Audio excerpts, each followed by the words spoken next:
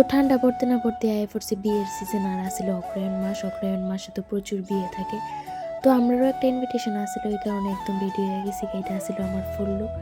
তো এদিকে শাড়িটারি পরে একদম সব কিছু রেডি, আর রেডি হয়ে সেটা বাইরে হয়ে গেছি। আর ঘরের মধ্যে তো আসছিলাম, ওই সময় ঠান্ডা লাগতেছে না, কিন্তু যাওয়ার সময় যে সময় বাইকে উঠছি তখন তো একটু একটু ঠান্ডা লাগতেছে।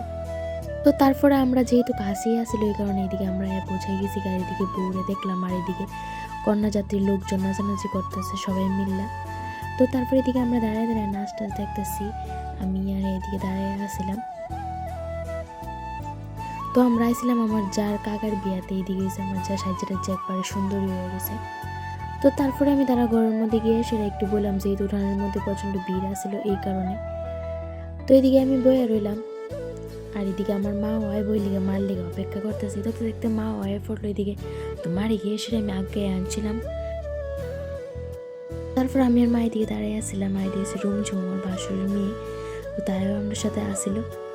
তো দেখতে দেখতে আমরা গেলাম খাওয়া দাওয়া করলে প্যান্ডেলে গিয়ে আমরা বয়ে গেছি গা, যেহেতু রাত্রি হয়ে গেছিলো এই কারণে তাড়াতাড়ি। তো এদিকে আমরা থালায় গ্যাস ট্যাস করছি, আর আমি মা আমরা চারজনই বসছিলাম। তো এদিকে খাওয়া দাওয়ার পাশাপাশি আমরা অনেক গল্পও করলাম। তো তারপর এদিকে আমরা সবাই অনেক মজা করে খাওয়া দাওয়া করলাম।